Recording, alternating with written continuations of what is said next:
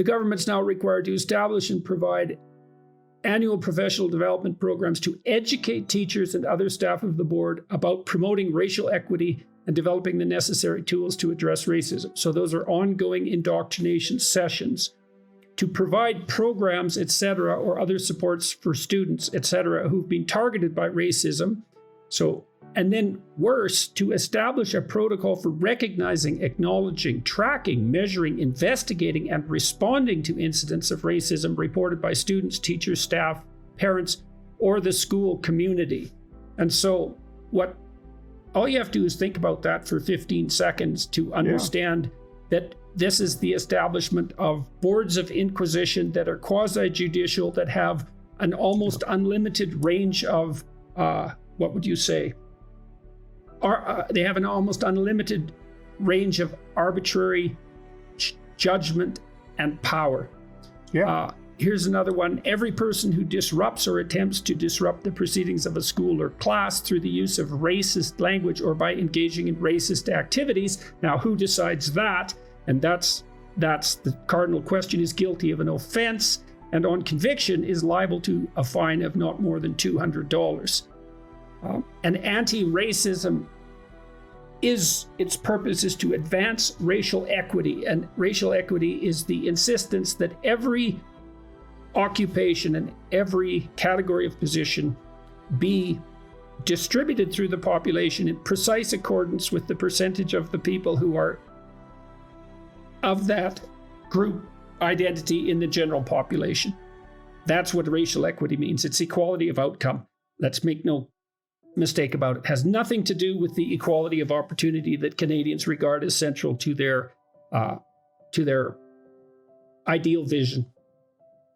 Well, I started the very first one there. I mean, that great list, and you're right, the word inquisition is not idly picked. This is the other thing that should not only worry, but it should be repellent.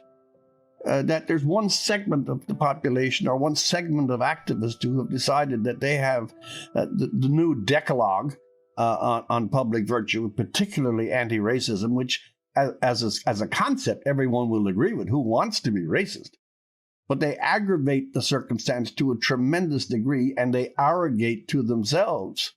And now with the complicity of the Ontario government, the right to judge and the right to tell and the right to say what is right and what is wrong. We have for 100 years deplored the great authoritarian systems of communism and fascism and Nazism, where they impose thoughts. The Cultural Revolution, where if you didn't think and say the right thing, you got beaten with bamboo poles. The West has never said to any group of sovereign individuals that one set has every right thought, and the rest of you, if you don't bend to us, which is what this is, if you don't bend to us, you're a racist, you're a messiah. The truckers protest. It's a really good one. If anyone now wants to protest what they see as dangerous in the anti-racism ideology, is that going to be an emergency act too? Are there certain sets of liberal thoughts that are so special that they completely eviscerate the entire concept of civil liberties, free speech, intellectual challenge, and authority? Let me give you a little quote to understand that this thing is not isolated, and it doesn't come just from the activist groups. It's only back in last May when Mr. Trudeau was talking about certain things, and he was talking about, the nature of Canadian institutions. I think I have. He was going on to say that we have in the building across the way, I'm quoting now from memory, I thought I had it written, in the building across the way, we've seen the systemic disadvantages built into the Canadian political system. We are systemically racist. Now there's another word to pause on for a while.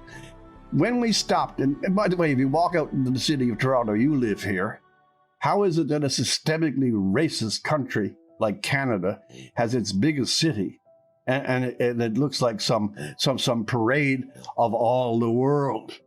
How did it come to pass that we, who are so mingy and so close and so unconsciously and systemically racist in all our institutions and historically, as Mr. Trudeau said, this is one of the most welcoming places in the world? I got smacked across the face for simply writing that in the column. when the Vietnamese were floating on the waves after the terrible wars in Vietnam. Bang! Most welcome, come in as soon as you can. A smaller episode, when the planes went down on 9/11 and all the passengers disembarked in Gambo and Gander. They didn't stop to ask them where you were from or what color you are. They took all into their houses and places. We have allowed this, from the leadership down, we have allowed this thought that if we swoon ourselves with self-apology and we call ourselves bigots and we apologize for every aspect of a wonderful nation, this is where all this stuff comes in from.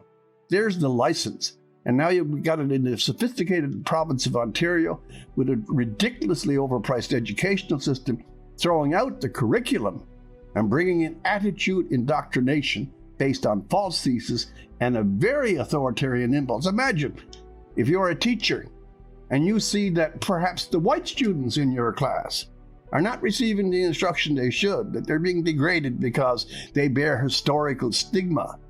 And you say this is bad for their self-esteem. You can get fired now. You can get fired for doing your job. I'm remaining puzzled that an entire caucus and a legislature in the 21st century, most of whom, by the way, are educated themselves, allow this thing to dribble in with so little response and so little comment. It's like the protest. When the banks froze all those accounts, I haven't heard a word from any strong opposition. Where did you get the authority to do so? And when does government walk into private citizens' accounts because they don't like what they think? This is just another example of that.